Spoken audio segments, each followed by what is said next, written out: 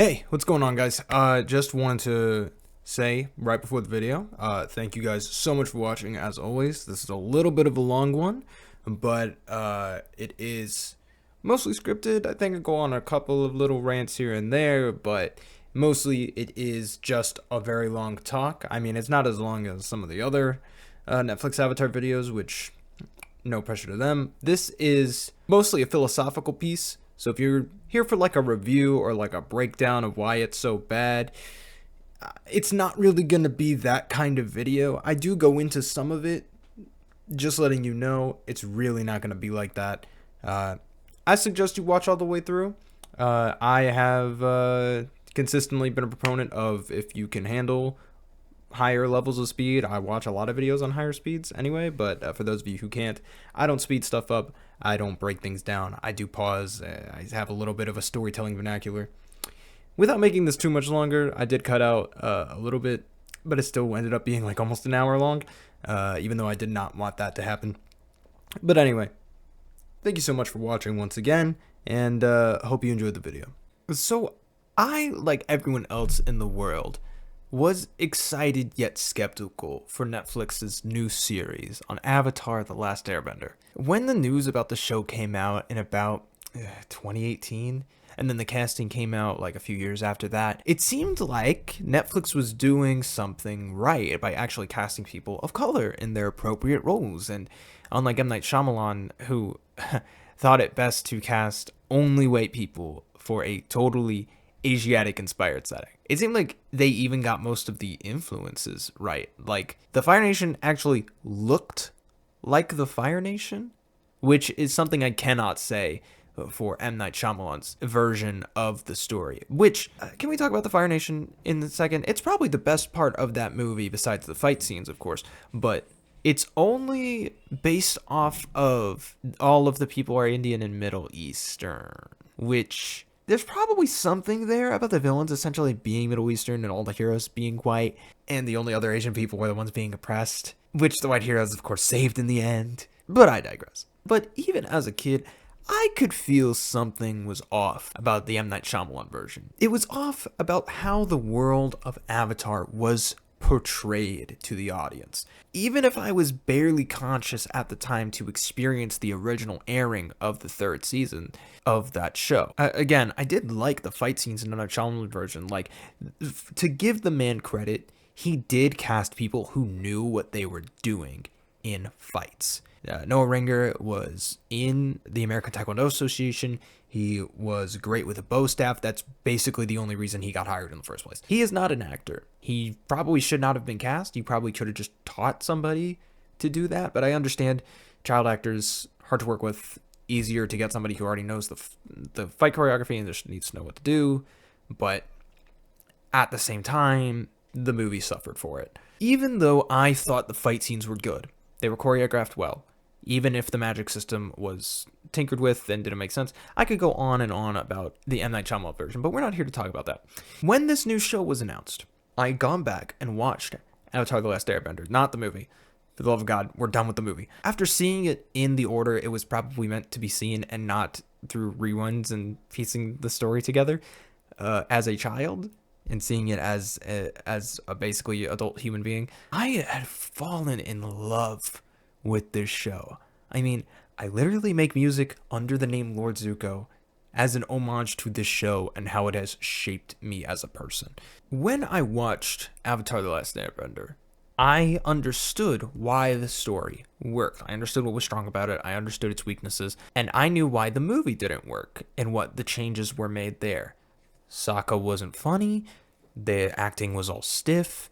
It didn't really have the same story, like, presented in the same way.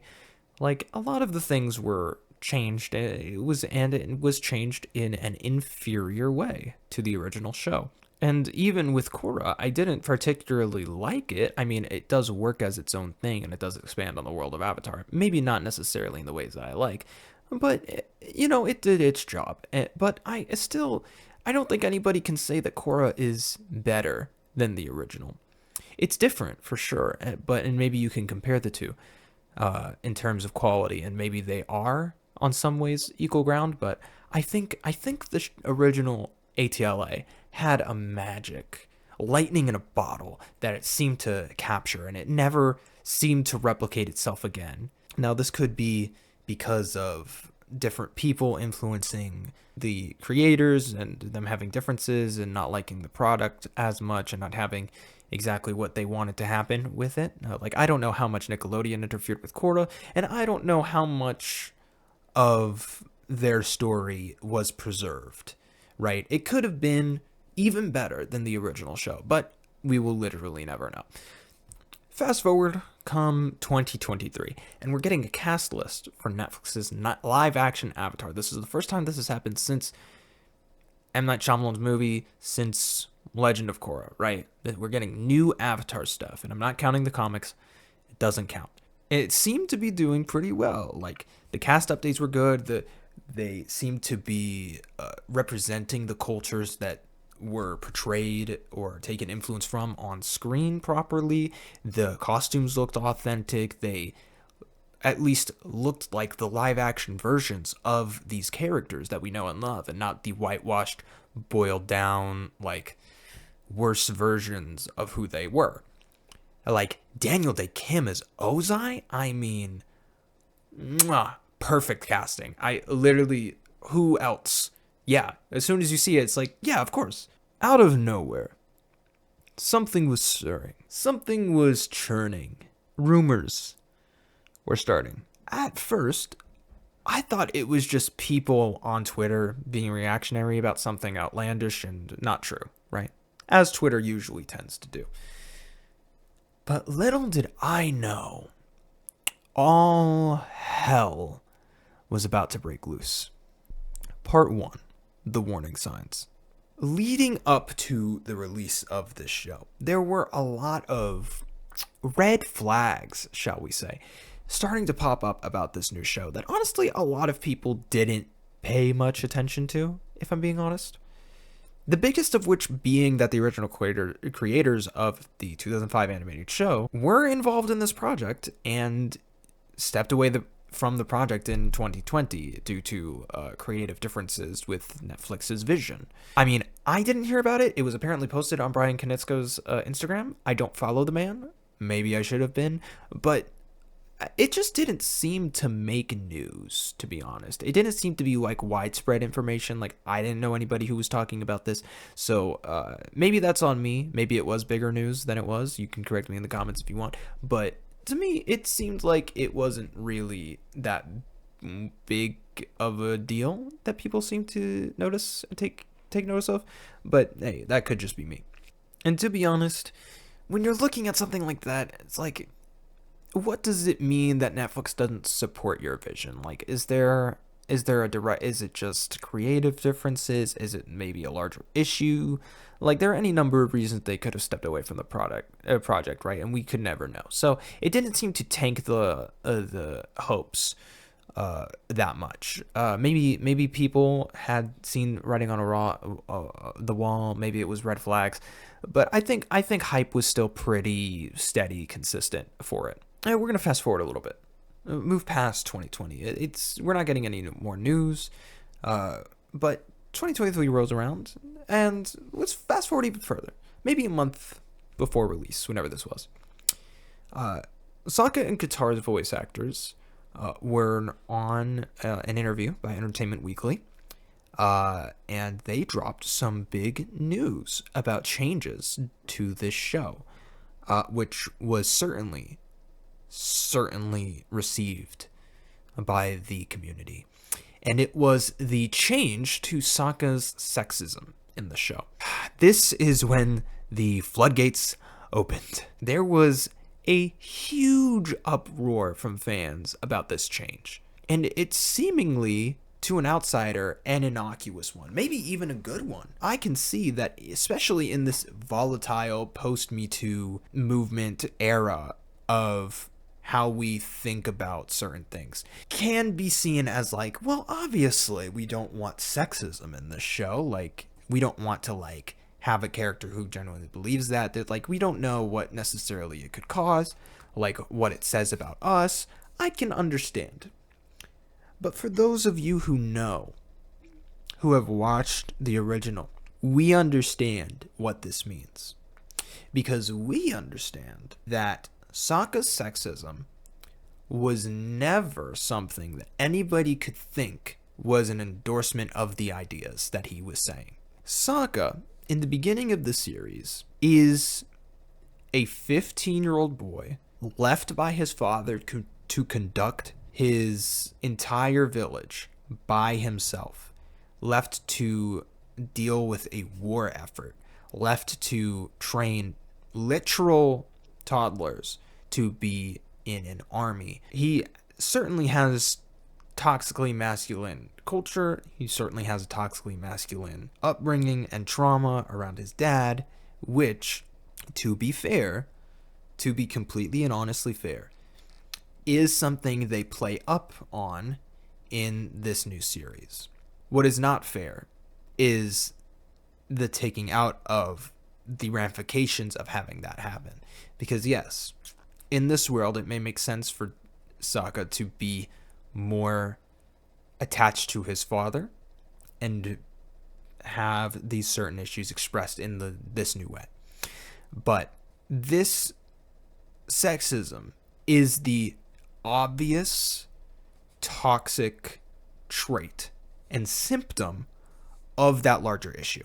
Sokka's sexism happens immediately. One of the first lines in this show is Sokka saying something sexist to his sister and not paying attention to her, and he is immediately punished for it. Immediately. Does that sound like a show that is not addressing sexism in the right way? Should that be cut? Because it's one thing to portray, it's another to commentate. When there is somebody who is sexist in a piece of art, you have to think about, and this is a theme that will come up a lot, you have to think about, what is this trying to say about these ideas? Is it proving them right? Is it saying it's here to stay and not commenting on it? Or is it saying it's wrong and it needs to be dismissed and challenged? The original Avatar: The Last Airbender says the latter, that it should be challenged and punished and rethought. The original Avatar: The Last Airbender, over the course of the first 4 episodes, has Sokka's behavior shown to be horrible, detrimental to literally everyone in his life, including himself, and holding him back from his true potential. And he changes his mind. And he really doesn't have any more sexist anything for the rest of the show. Episode 4, done with it. Refuted.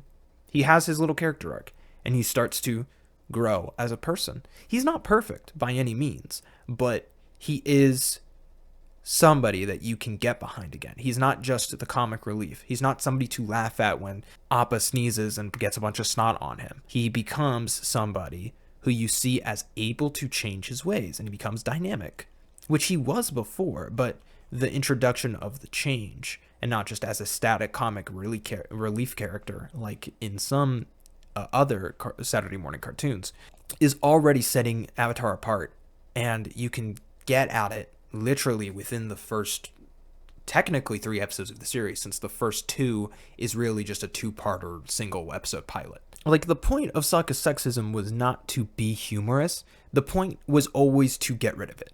So, as fans, we understand this. We watch this happen in front of our eyes. And we, pretty much all of us adults at this point, look back at this, especially since Netflix put the original series on to their platform years before the show came out. It's that you have a lot of time to sit with something and analyze it and feel what is good and what is bad about it, right? There's a lot of discourse on the internet, and I don't think anybody ever had a problem with these scenes. But it's very telling when we can tell why something is being gotten rid of, and it's really just to, like, appease people who don't understand the storytelling behind it and just see, oh, this character has sexist things, sexism bad, therefore character bad, therefore show bad. Like, those people you probably shouldn't appeal to anyway. The people who don't understand probably shouldn't be catered to. At this point, this character arc could be very good. They could find a way to replace it and have it be just as satisfying, if not more satisfying. And that is totally fine. Nobody, I think, was totally convinced that this would like tank the show, right? This was just that's a little weird. Why would they make that change? That doesn't seem very in the spirit of recreating the original. But I guess it is an adaptation. Maybe they have something better. Maybe they thought that they could communicate something better. Maybe they changed Sokka's arc in a better way. You know what? I'm going to trust. Let's just wait until it comes out, see what they have to come up with. And that was kind of the thought process. That was the latent optimism. Not wanting to dog on it. Not wanting to make it out to be something that it wasn't. Because obviously it wasn't out. So nobody knew. But after Shyamalan, fool me once. This is just a side note. But to me, as we move on and we get more into the story of how this series upset me and so many other fans, doesn't it sound a little weird that this information came from the voice actors and not really from the showrunners? Like, this was in a random interview, which, to be fair, it may not be that big of a deal, but to me, if you're changing something like that, why are you having your actors do your PR for you? You know what I mean? Like, I get it. They are the face of the show. They are who people are going to see. But to me, if I was running the show and I, as a writer, as a showrunner, had to make this decision, and I understood why I had to make the decision, wouldn't it be better for me to just take the blame on it and take the brunt of it and be like, hey, sorry, this is just how it had to be for us to make the story we wanted to tell? Why would you put the potential hate and vitriol onto your beloved actors, especially as young as they are? To me, I just think that's a little weird. And so, after this, there were a few more things that came out about the show that continued to depreciate the faith and hope in the show, despite how much better it clearly was than the movie version. Like, literally way before the show was released, we could all tell that it was going to be better, but we just didn't know how the changes were going to affect this new series. And when the show finally came out, and everyone sat down and watched the first episode, I think most fans understood that Albert Kim, showrunner of this new series, probably did not understand the original series. And that was what was driving these changes. Because there is a scene so bad and so horrific, it might be one of the worst changes to any adaptation in history, by far, no kidding. And it might go down as in college textbooks of an example of how exactly not to adapt something and how exactly you are supposed to analyze media. Part 2, the opening of Netflix's Avatar. The differences in this opening. The first episode of Netflix's Avatar is the first 3 episodes of the original series. Over the course of a 45-minute episode is 10 minutes less than what the original had. I'm putting that out there just to say it. 3 20-minute episodes versus a 45 to 50-minute first episode. You're losing time already. So even if you made a shot-for-shot remake, you have to cut out 10 minutes of something, right?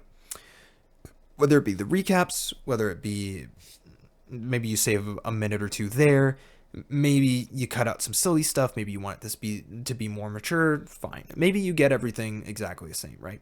But it's not a shot-for-shot remake. So what was changed? What dialogue was changed? What was changed to do in the sort of plot of this show? And why exactly was this first episode so polarizing? Well, let me tell you. First of all, they have even less time because they decided to have a prologue before the opening title sequence, right? This prologue is of unnamed person 1 and unnamed person 2 stealing a scroll in the time of Fire Lord Sozin, basically at the very start of the 100 Years' War. And it provides context about the magic system, about the world, about what we are about to experience, right? That is what an opening should be. It should set the tone for the rest of the series. The rest of the series, according to this scene, is going to be great fights, well animated CGI fights, right? It's going to be dramatic. It's going to be probably a little sad. And honestly, you're going to have a clear villain, and you're going to have clear heroes. And on top of that, as we near the end of the scene, which I'm not showing any footage in this video, as copyright is going to take this video down so fucking quickly, and I don't want that to happen at all. So I'm just gonna talk, and if you want to see the show to understand, you can if you want to. Fire Lord Sozin starts talking, starts taunting this guy that they capture. They bring him all the way to him instead of just throwing him into prison somewhere or killing him outright. Whatever, right? They want to introduce their villains. What I will say is that this adaptation has the hindsight that the original show does not. Some people do not know this, but the original series was kind of operating on its own terms. Like, it wasn't really a second and third season yet. It wasn't, like, there were breadcrumbs there of, like, maybe this will be the story, but, like, the original show was only the season 1, and then later season 2 and season 3 kind of became things as it became a popular series. That being said, the original show had a slow burn. They had things like materialize in front of you. They didn't explicitly show exactly like this is the stakes of the show. And it could be something that hurt, it could be something that helped.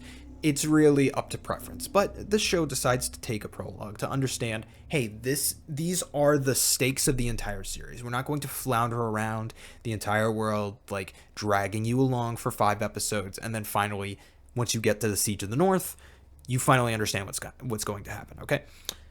Which, to be fair, it's a valid criticism of season 1 of ATLA, the original. I don't necessarily have a problem with the prologue explaining the stakes of the show. What I do have a problem with, however, is the way in which certain things are exposited by Sozin, and also the fact that he decides to immolate this man.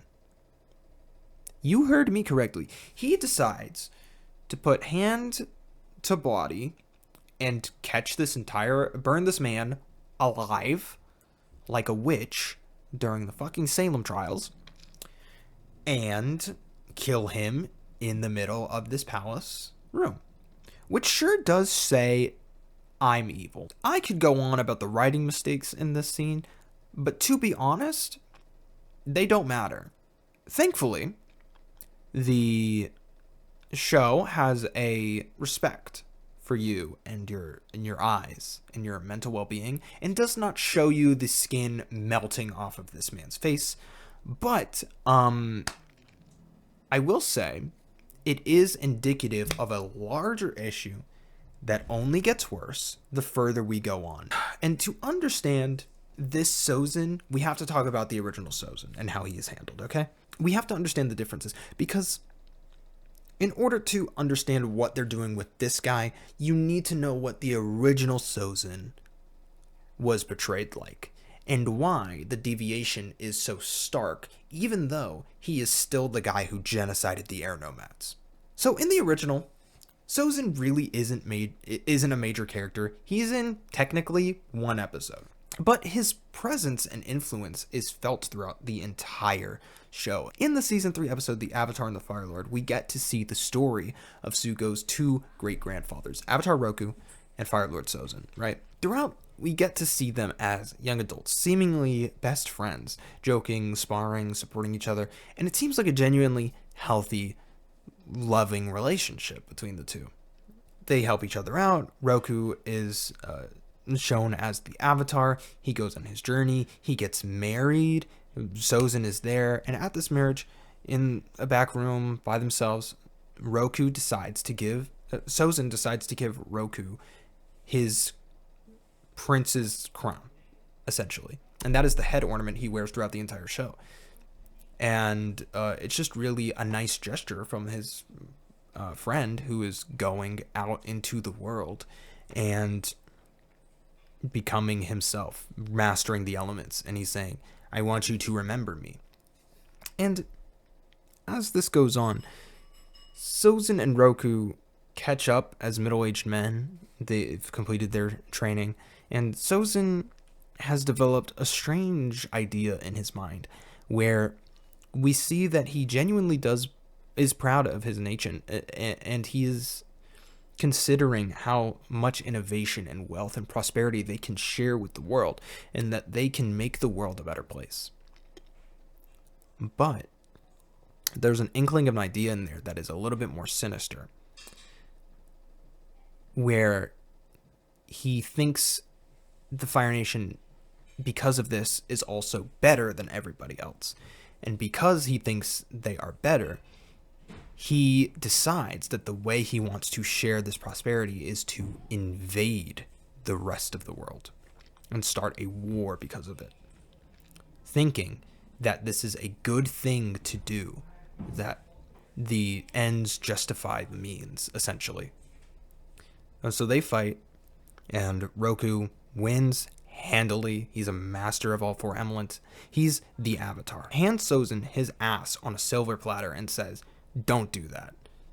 We're not friends anymore," and leaves. And they don't see each other again until they're very old men. And Sozin, to his credit, does not do it again. But he's been biding his time. And Roku, living on an island with his wife in his old age, is experiencing a volcanic eruption from the volcano that he's literally at the base of. And he is trying to save everyone on the island by going to the volcano and stopping the eruption.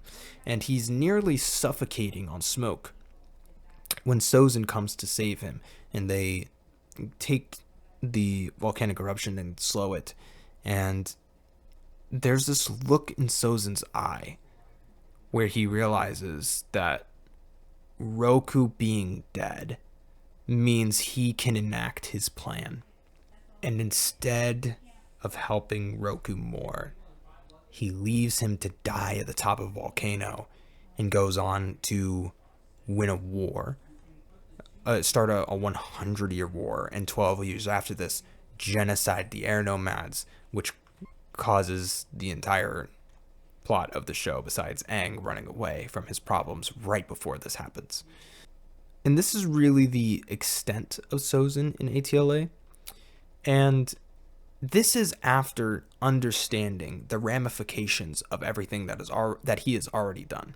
And we see Sozin as a person after the fact, where we see the flaws in his thinking about how good of a person he was, about how well he treated Avatar Roku, and this complex relationship that they had. And I don't think anybody was excusing his behavior. I don't think anybody said that he was really any less evil for what he did. But at least it gave him some nice humanization. It gave him nice context to the character. It made him more dynamic, more than just a guy who wanted to invade the world because he thought he was better than everybody else. But I don't think you get that with this Sozin, because Sozin might have did those things the exact same way as he did in Netflix's Avatar, right? But Netflix's Sozin does kill people on screen, and that kind of, if you were to ever do that storyline, just makes everybody just be like, yeah, but wasn't this the guy who didn't start a war because of prosperity, but immolated a man in, like, just committed a war crime immediately for no reason? Like, the only reason I'm not saying that Sozin isn't a war criminal in ATLA. He very much is. Like, he genocides an entire nation of people. But the only reason he does that is because he thinks the only way he's going to be stopped is because Avatar Aang will be born as an air nomad, so he has to kill all the air nomads in order to complete his goal. What does immolating a prisoner of war do to make Sozin more interesting as a character? I will wait. To be honest, it doesn't. It just makes him more evil and less complex than he already was, because he's not that complex of a character. He is classic, hey, I want to invade the rest of the world because I think I'm better than everybody else. But the stipulation here is that in ATLA, he is at the very least sees himself as a hero. In this, he kind of can't. He's just straight up one note villain. You cannot even give him the benefit of the doubt by saying, hey, at least in his personal life, he was a kind of decent. Misguided and horribly flawed, sure. War criminal, sure. Genocidal maniac, sure. But is this the same guy who gave his crown to Roku? Do we honestly see this Sozin doing that? I don't. Maybe it makes it more of a violent, like blindsided, cooler turn to evil, but to me, it's just unnecessary.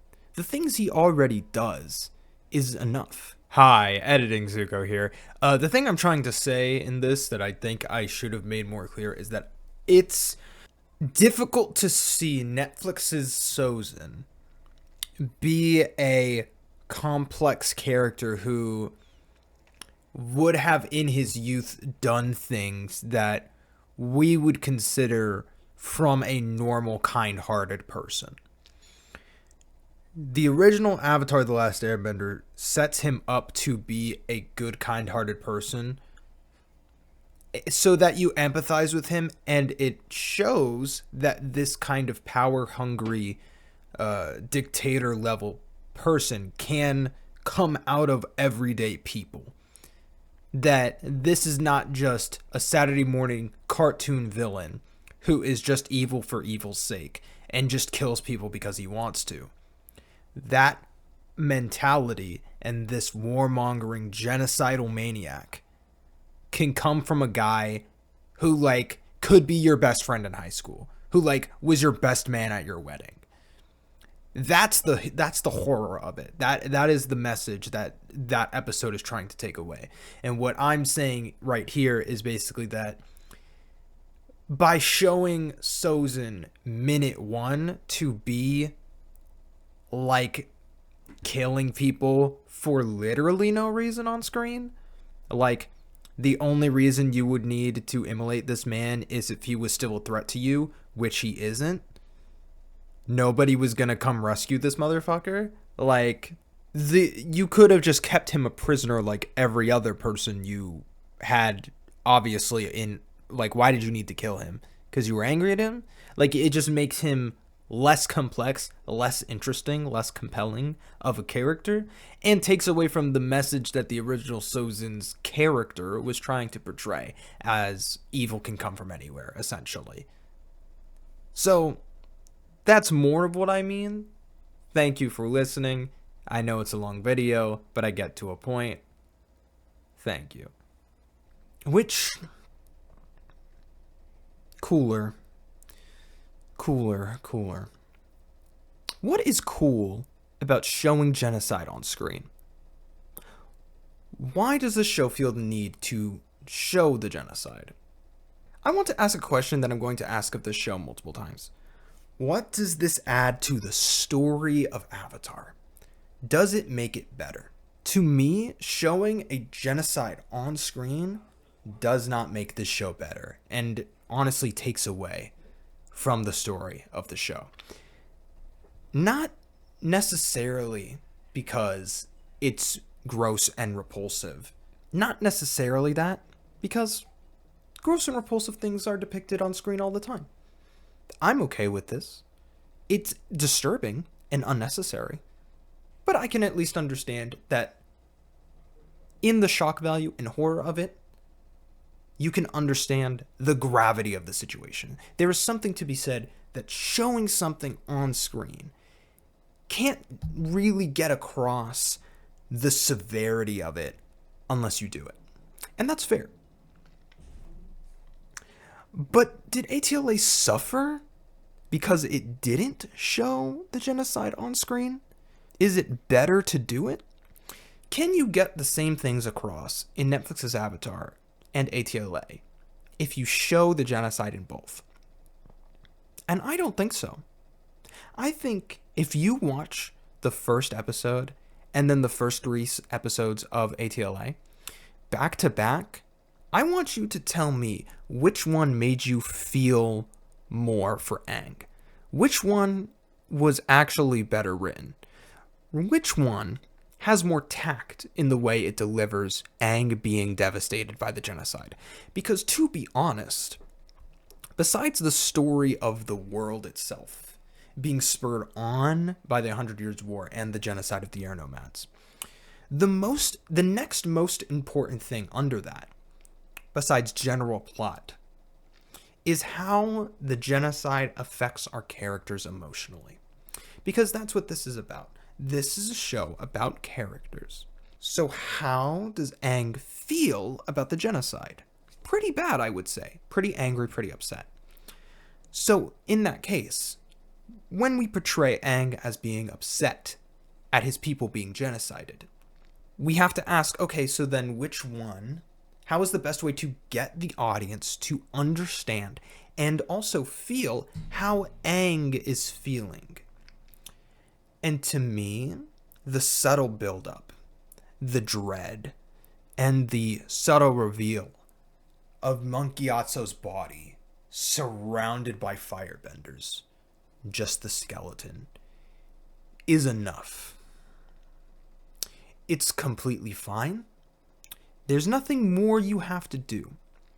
Because ultimately, the name of the show is Avatar: The Last Airbender.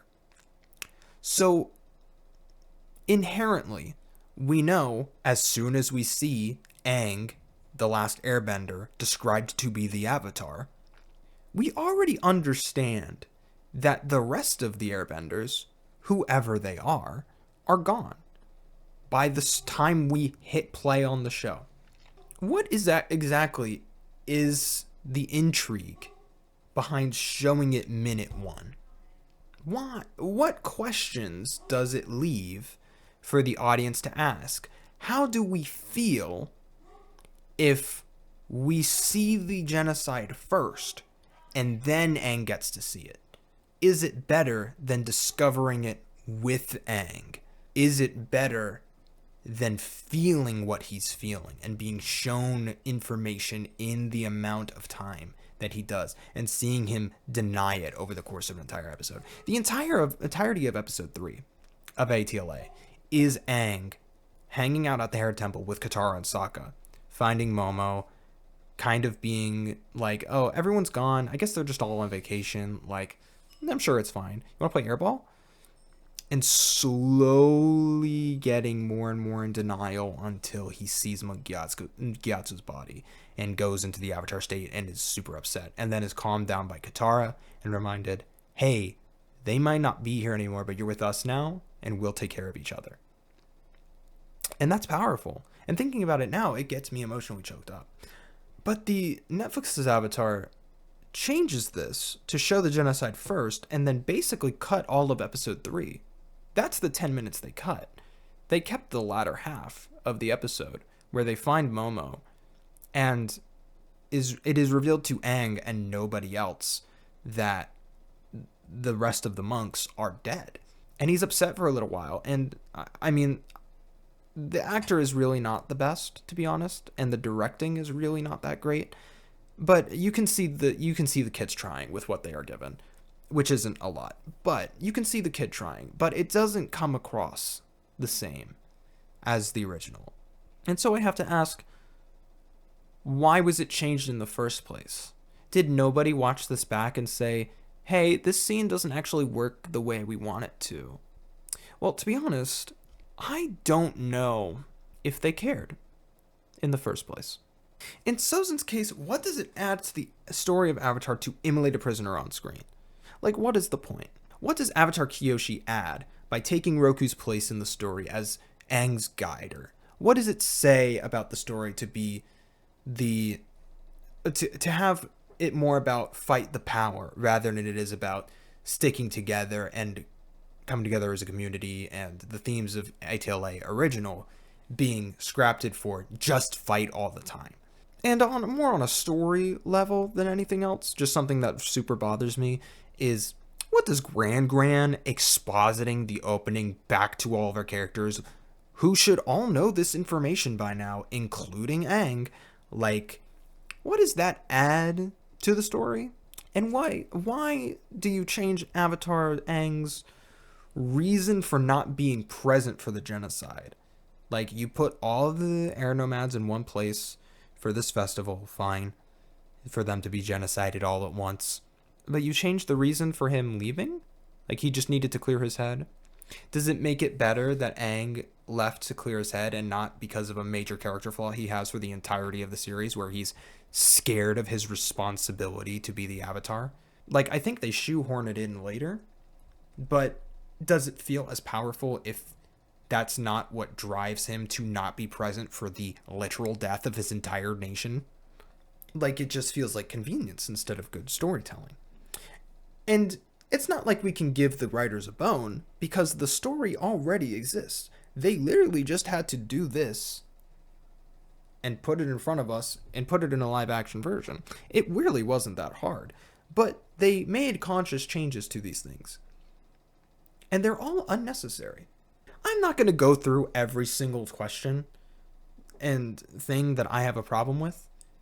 But sitting back and taking a moment to ask this question for basically every change that ever happens is something that you should do. Because the thing is, the original show already exists. They very much could have made a shot-for-shot remake, but they chose not to. So you have to ask, wide big picture stuff. What is the point of this show being an adaptation in general?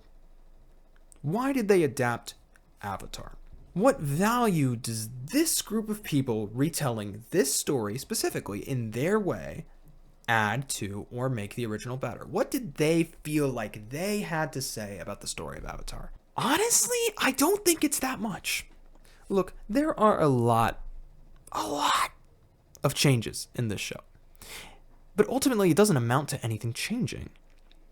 Take, for instance, the first episode. Like, all of the information is presented in the exact same order as the original show. We get to the same endpoint and know the same amount of things. But the way they are communicated is worse, as I've just explained. And this has happened for basically the entirety of the series.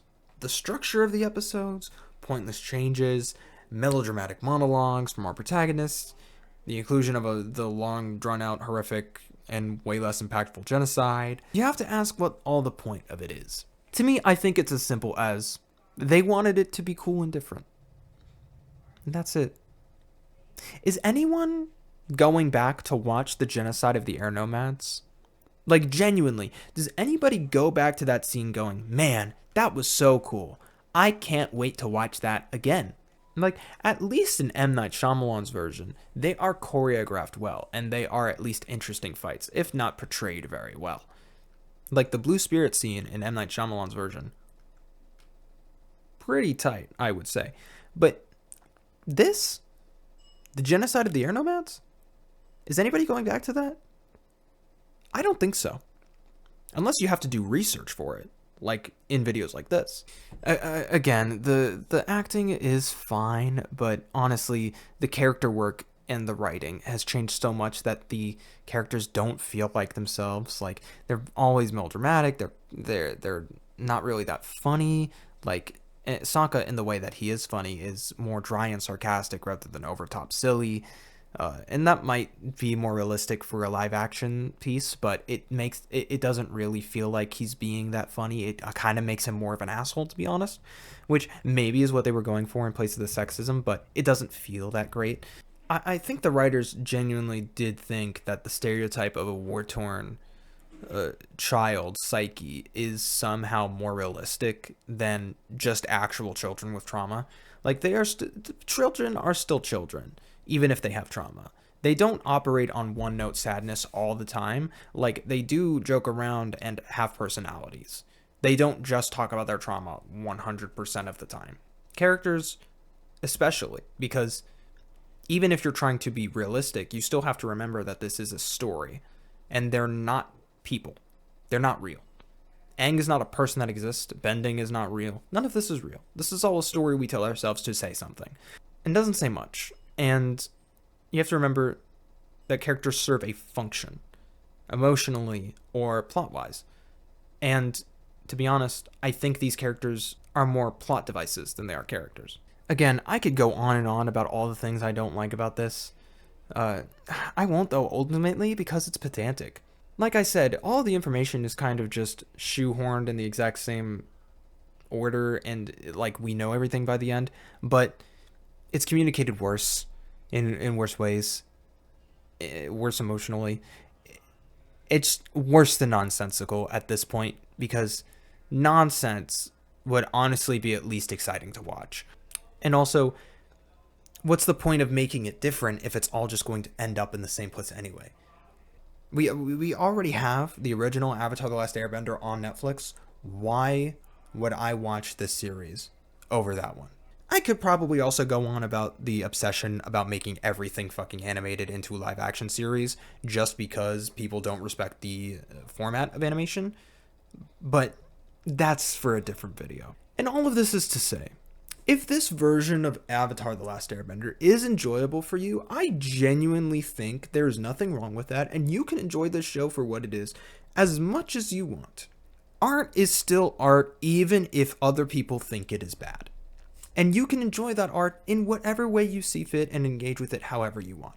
But I think, and a lot of people think, that this show overall takes away from the story of Avatar that we know and love. And if you are here for the story of the show, which is ultimately what you should be here for if you're watching this, you should probably just watch the original.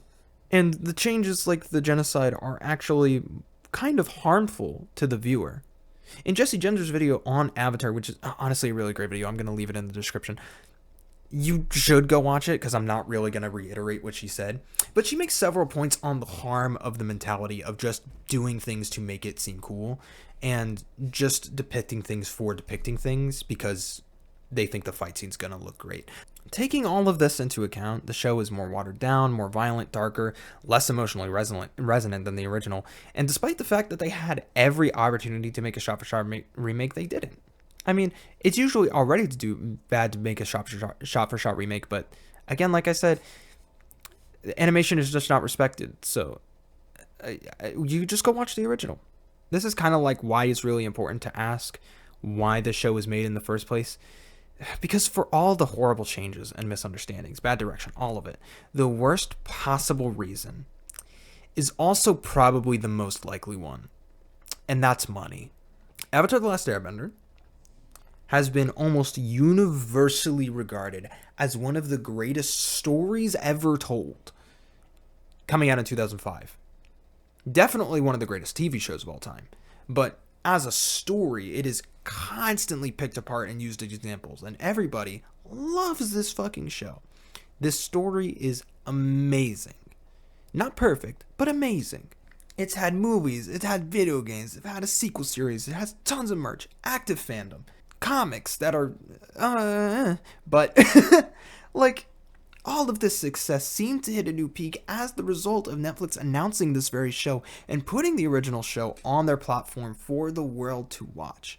That show, original, was put out on May 18th of 2020, and it was consistently in the top 10 shows on Netflix for several months in a row. It was breaking records for Netflix from day one. This is only a couple years after they announced their own adaptation, and also right around the time that the original creators left that project. I think the people at Netflix aren't dumb, especially when it comes to business. They understand what will make them money, and they don't particularly care that much about the morals behind that, even if they claim to, because they might take down a show for being insensitive, but they will greenlight a bunch of Dave Chappelle's shows with impunity. If the product is large enough, it may actually drive revenue to the source, even if it's more insensitive. People were going to watch this series anyway, no matter if it was good or bad. We have learned with new series coming out, like Velma, that people will hate watch something so much that the corporation behind the show, who exists to make money, unfortunately, has basically no choice to make more of it, even though everyone hated it. And honestly, realistically, the only thing they care about is money. It shouldn't be that way. There should be an incentive to marry both money and art and have the choices and visions of the creators and the satisfaction of the viewers intertwined with what will make them money. And that is generally what people say when they think about a good corporation who brings them good art and tends to fund things well, like Dropout, for instance. But Netflix is not one of those good corporations. They only care about money and not really how they get that money. Of course, they're going to make more of what made them a ton of money. Netflix very well may understand that making a worse but mostly recognizable version of the original show is the best decision for them financially. It would certainly be the easiest thing, rather than making an all-around good but not great version of the same show. Hate usually drives most of online discourse and is what gets clicks, at least in the short-term virality of the internet. So it is usually what drives engagement. Rage baiting is a concept for a reason. People will just share and engage with vitriol because it makes them angry. And anger is short-term, short-sighted, and generally can't really think for itself. At the end of the day, Netflix is a business. They deserve to make money for what they do. That is fine. I don't think anybody's arguing that no, they shouldn't make any money at all. More than that, they're one of the biggest corporate entities in the world. Certainly one of the biggest streaming service by a good significant margin. We all know that big corporations, even if they try to be good, are all pretty much run by people who do not understand and frankly don't kind of really care at all about the common person. The artists they employ, basically any reputation, so long as they are making money. Netflix's Avatar has broken a record for the platform by garnering 2.6 billion with a B minutes of watch time over the course of the first 4 days it was released. Almost immediately, the second and the third season of that show was greenlit for production. And it seems like, in the following years, we'll be seeing more of this show, whether we like it or not. So to me, it doesn't really matter what this show does wrong, because the better story has already been told. And I realize that the only thing that matters to these people is that they make money. So I'm stopping here. And I'm not going to watch the show or talk about it, at least of my own volition. Not anymore. It is a waste of time. It is a waste of energy. And this very video talking about it may drive more people to go watch it. And that's just something that's going to happen. It's something that happens with every show. The more that you talk about it, the more attention you give it, the more it's going to get more clicks, more people talking about it, and ultimately it is a cycle until we all just kind of collectively decide it's not worth it anymore. But it doesn't deserve any attention. So, as I conclude this video, just remember, art is subjective and money ruins everything. Good night. Remember, reality is an illusion, the universe is a hologram. Bye, gold. Bye!